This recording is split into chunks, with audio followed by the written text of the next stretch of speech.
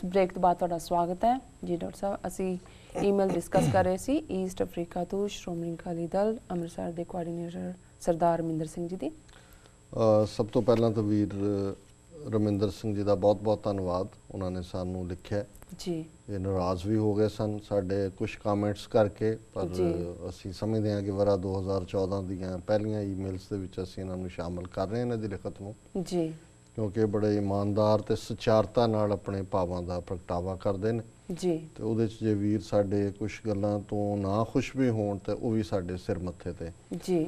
ਉਹਨਾਂ ਨੇ ਸ਼ਲਾਘਾ ਕੀਤੀ ਹੈ। ਉਹਨਾਂ ਨੇ ਕਿਹਾ ਕਿ ਜੀ ਸਾਡਾ ਪ੍ਰੋਗਰਾਮ ਗਿਆਨ ਨਾਲ ਭਰਪੂਰ ਹੁੰਦਾ ਹੈ, ਉਹਨਾਂ ਦੇ ਲਈ ਯੂਜ਼ਫੁਲ ਹੁੰਦਾ ਹੈ, ਮਨਮਤੀਆਂ ਦੇ ਨਾਲ ਝਗੜਨ ਲਈ ਵੀ ਜੀ ਔਰ ਗਿਆਨ ਦੇ ਵਾਧੇ ਲਈ ਵੀ। ਉਹਨਾਂ ਦਾ ਅਖੀਰ ਦੇ ਵਿੱਚ ਜਿਵੇਂ ਉਹਨਾਂ ਨੇ ਮੁਜ਼ੱਫਰ ਨਗਰ ਬਾਰੇ ਕਿਹਾ, ਉਹ ਆਲਰੇਡੀ ਅਸੀਂ ਅੱਜ ਦਾ ਓਪਨਿੰਗ ਸੈਗਮੈਂਟ ਹੀ ਇਸ ਦੇ ਉੱਤੇ ਰੱਖਿਆ ਸੀ। ਜੀ ਜੀ। ਸੋ ਉਹਨਾਂ ਦਾ ਮੁੱਖ ਤੌਰ ਤੇ ਸਵਾਲ ਜਿਹੜਾ ਹੈ ਉਹ ਇੱਕੋ ਹੀ ਹੈ। ਉਹਨਾਂ ਦਾ ਇਹ ਕਹਿਣਾ ਹੈ ਕਿ ਵੀ ਅੱਜ ਜਦੋਂ ਅਸੀਂ ਗੁਰਦੁਆਰੇ ਨੂੰ ਮੰਦਿਰ ਕਹਿੰਦੇ, ਸ਼ਾਇਦ ਪੰਜਾਬੀ ਦੇ ਵਿੱਚ ਤਾਂ ਮੰਦਿਰ ਨਹੀਂ ਕਿਹਾ ਜਾਂਦਾ ਜਾਂ ਨਹੀਂ ਕਹਿੰਦੇ ਬਹੁਤੇ, ਪਰ ਕਈ ਥਾਵਾਂ ਦੇ ਉੱਤੇ ਸਿੱਖ ਟੈਂਪਲ ਕਿਹਾ ਜਾਂਦਾ ਹੈ।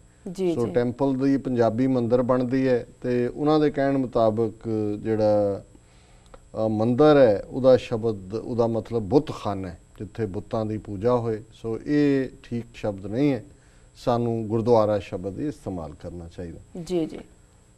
ਦੇਖੋ, ਪੁਰਾਤਨ ਪੰਜਾਬੀ ਦੇ ਵਿੱਚ ਮੰਦਿਰ ਸ਼ਬਦ ਜਿਹੜਾ ਹੈ ਉਹ ਘਰ ਦੇ ਲਈ ਇਸਤੇਮਾਲ ਹੁੰਦਾ ਸੀ। ਜੀ ਜੀ। ਔਰ ਇਹ ਅਸੀਂ ਗੁਰਬਾਣੀ ਦੇ ਵਿੱਚ ਇਸ ਦੇ ਐਂਪਲ ਸਬੂਤ ਦੇਖਦੇ ਹਾਂ ਜਦੋਂ ਅਸੀਂ ਗੁਰੂ ਨਾਨਕ ਸਾਹਿਬ ਦਾ ਇਹ ਸ਼ਬਦ ਪੜ੍ਹਦੇ ਹਾਂ, ਸਿੱਖ ਮਤ ਸਭ ਬੁੱਧ ਤੁਮਾਰੀ, ਮੰਦਰ ਛਾਵਾਂ ਤੇਰੇ, ਤੁਝ ਬਿਨ ਅਵਰ ਨ ਜਾਣਾ ਮੇਰੇ ਸਾਹਿਬਾ, ਗੁਣ ਗਾਵਾਂ ਨਿਤ ਤੇਰੇ।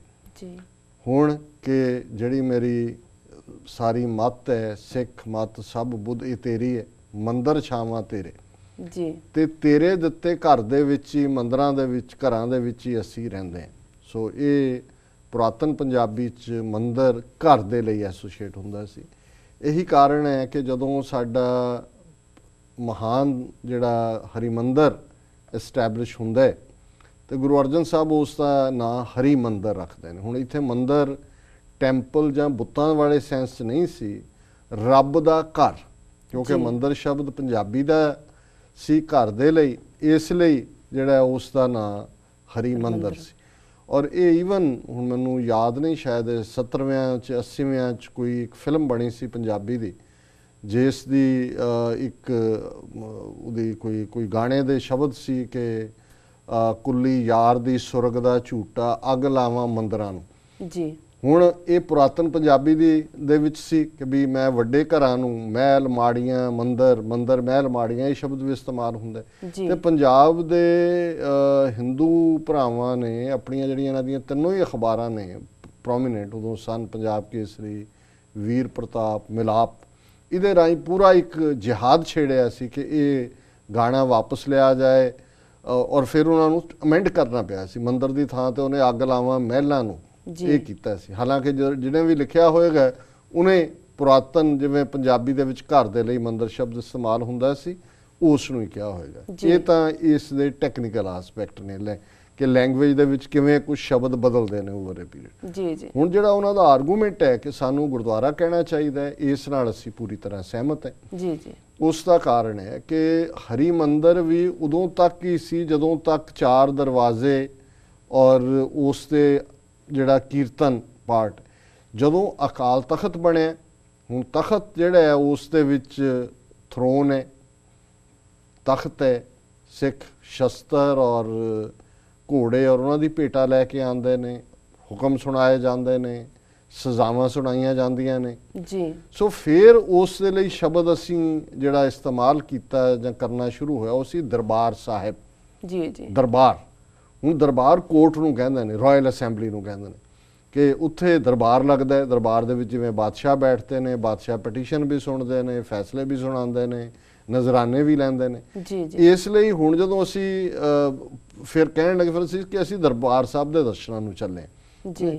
ਔਰ ਇਹੀ ਜਿਹੜਾ, ਹਾਲਾਂਕਿ ਸ਼ਬਦ ਤਾਂ ਗੁਰਦੁਆਰਾ ਆਉਣ ਤੋਂ ਪਹਿਲਾਂ ਜਾਂ ਹਰੀ ਮੰਦਰ ਤੋਂ ਵੀ ਪਹਿਲਾ ਸ਼ਬਦ ਜਿਹੜਾ ਸਾਡੇ ਗੁਰੂ ਨਾਨਕ ਸਾਹਿਬ ਦੇ ਸਮੇਂ ਤੋਂ ਪਹਿਲਾ ਇਸਤੇਮਾਲ ਹੋਇਆ, ਜਿੱਥੇ ਕਿ ਰੱਬ ਦੀ ਇਬਾਦਤ ਔਰ ਸੰਗਤ ਜੁੜ ਕੇ ਬੈਠਦੀ ਸੀ, ਉਹਦੇ ਲਈ ਸ਼ਬਦ ਧਰਮਸਾਲ ਸੀ ਜੀ।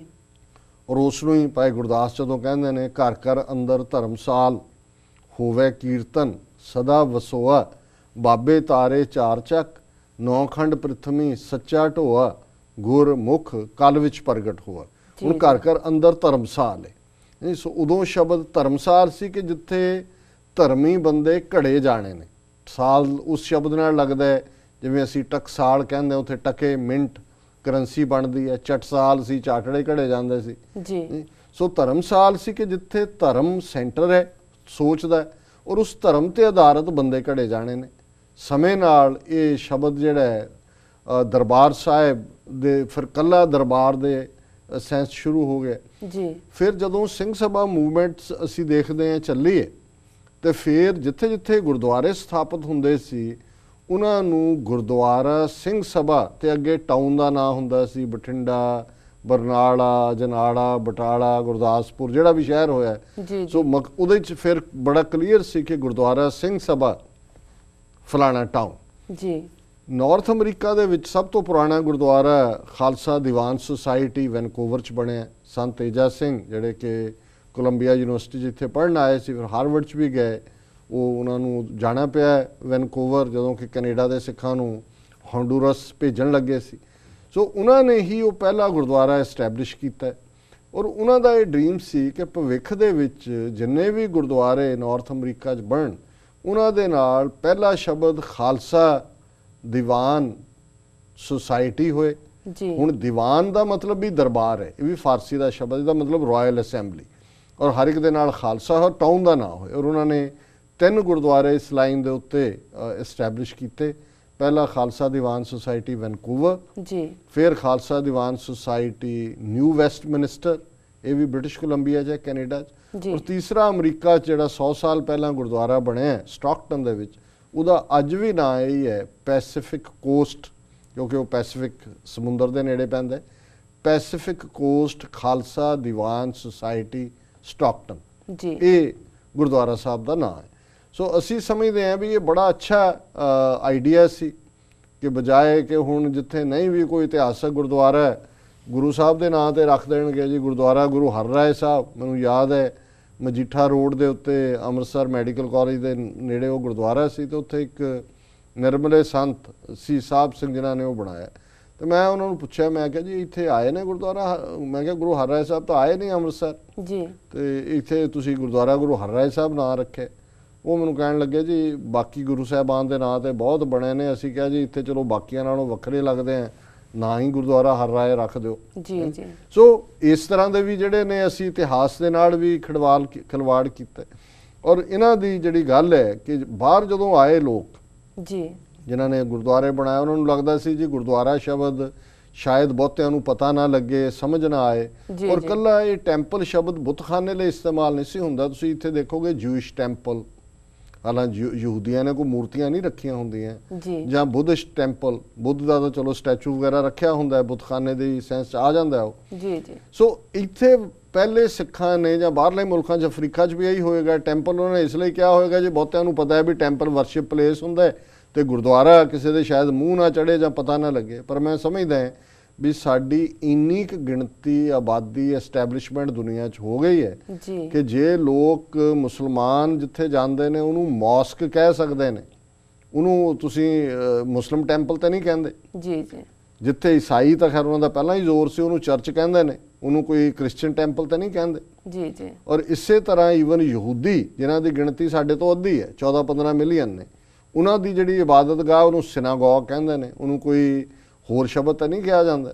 ਤੇ ਫਿਰ ਅਸੀਂ ਵੀ ਆਪਣਾ ਜਿਹੜੇ ਗੁਰਦੁਆਰਾ ਸਾਹਿਬ ਨੇ ਜਦੋਂ ਵੀ ਅਸੀਂ ਰਜਿਸਟਰ ਕਰਾਈਏ, ਉਹਨੂੰ ਗੁਰਦੁਆਰਾ ਸਾਹਿਬ ਦੇ ਨਾਂ ਥੱਲੇ ਹੀ ਰੱਖੀਏ ਜੀ, ਔਰ ਗੁਰਦੁਆਰਾ ਸਾਹਿਬ ਦੇ ਨਾਲ ਟਾਊਨ ਜਿਹੜਾ ਜਿੱਥੇ ਵੀ ਹੈ ਉਸ ਦੇ ਥੱਲੇ ਰੱਖੀਏ। ਕਿਉਂਕਿ ਕਈ ਵਾਰੀ ਇਹ ਸ਼ਬਦ ਇੰਪੋਰਟੈਂਟ ਹੁੰਦੇ ਨੇ, ਇੱਕ ਸਟੇਜ ਹੁੰਦੀ ਹੈ ਵੀ ਉਹਨਾਂ ਦਾ ਇਸਤੇਮਾਲ ਕਿਸੇ ਪਾਸੇ ਵੀ ਹੋ ਸਕਦਾ, ਉਦੋਂ ਬਹੁਤਾ ਫਰਕ ਵੀ ਨਹੀਂ ਪੈਂਦਾ। ਪਰ ਕਿਉਂਕਿ ਅਸੀਂ ਅੱਜ ਦੁਨੀਆ ਦਾ 5ਵਾਂ ਵੱਡਾ ਧਰਮ ਹੈ ਔਰ ਅਸੀਂ ਆਪਣੀ ਆਈਡੈਂਟੀਟੀ ਦੀ ਲੜਾਈ ਲੜ ਰਹੇ ਹਾਂ, ਉੱਥੇ ਵੀ ਇੱਥੇ ਵੀ, ਇਸ ਲਈ ਸਾਡੀ ਹਰ ਚੀਜ਼ ਡਿਸਟਿੰਕਟ ਹੋਣੀ ਚਾਹੀਦੀ, ਉਹ ਦੂਜਿਆਂ ਦਾ ਹਿੱਸਾ ਨਹੀਂ ਹੋਣਾ ਚਾਹੀਦੀ ਕਿ ਕੋਈ ਹਿੰਦੂਇਜ਼ਮ ਨਾਲ ਜੋੜੇ, ਕੋਈ ਇਸਲਾਮ ਨਾਲ ਜੋੜੇ, ਕੱਲ ਨੂੰ ਕੋਈ ਹੋਰ ਜਿਵੇਂ ਜੋਗੀ ਭਜਨ ਜਾਂ ਦੂਜਿਆਂ ਨੇ ਉਹ ਆਸ਼ਰਮ ਹੀ ਕਹਿਣ ਲੱਗ ਗਏ, ਗੁਰੂ ਰਾਮਦਾਸ ਆਸ਼ਰਮ। ਉਹਨੂੰ ਪਤਾ ਨਹੀਂ ਲੱਗਦਾ ਆਸ਼ਰਮ ਦਾ ਕੋਈ ਸਿੱਖਾਂ ਦਾ ਨਹੀਂ, ਗੁਰੂ ਨਾਨਕ ਸਾਹਿਬ ਨੇ ਨਹੀਂ ਆਸ਼ਰਮ ਬਣਾਏ ਜੀ ਜੀ। ਪਰ ਉਹ ਕਿਉਂਕਿ ਹਿੰਦੂਆਂ ਦੇ ਨਾਲ ਵੀ ਆਪਣਾ ਰੱਖਣਾ ਚਾਹੁੰਦਾ ਸੀ, ਯੋਗਾ ਦਾ ਸਿੱਖੀ ਨਾਲ ਤਾਂ ਸੰਬੰਧ ਨਹੀਂ ਹੈ। ਹੁਣ ਇਹਨਾਂ ਦੇ ਜਿੰਨੇ ਨੇ ਗੁਰੂ ਰਾਮਦਾਸ ਆਸ਼ਰਮ। ਸੋ ਮੈਂ ਸਮਝਦਾ ਵੀ ਸਾਡੇ ਗੁਰਦੁਆਰਾ ਸਾਹਿਬ ਨੇ ਔਰ ਗੁਰੂਦੁਆਰਾ ਬੜਾ ਸਿੰਪਲ ਹੈ, house of light, dispeller of darkness. ਆਪਣੇ ਆਪ ਦੇ ਵਿੱਚ ਵੀ ਇਸ ਦਾ ਮਤਲਬ ਹੈ, ਸਾਡੀ ਆਈਡੈਂਟੀਟੀ ਵੀ ਹੈ। ਔਰ ਮੈਂ ਸਮਝਦਾ ਵੀ ਸਾਨੂੰ ਆਪਣੇ ਇਹਨਾਂ ਥਾਵਾਂ ਦੀ ਜਿਹੜੀ ਹੈ, ਜੇ ਕਿਤੇ ਜਿੱਥੇ ਵੀ ਅਸੀਂ ਨਵੇਂ ਵੀ ਬਣਾਉਂਦੇ ਹਾਂ ਉਸ ਨੂੰ ਗੁਰਦੁਆਰਾ ਸਾਹਿਬ ਦੇ ਨਾਲ ਹੀ ਸੰਬੋਧਨ ਕੀਤਾ ਜਾਏ। ਜੀ ਡਾਕਟਰ ਸਾਹਿਬ, ਇੱਥੇ ਲੈਣੇ ਬ੍ਰੇਕ। ਵੀਅਰਸ ਸਾਡੇ ਨਾਲ ਇਸ ਤਰ੍ਹਾਂ ਜੁੜੇ ਰਹੋ, ਮਿਲਦੇ ਆ ਛੋਟੇ ਜਿਹੇ ਵਕਫੇ ਤੋਂ ਬਾਅਦ।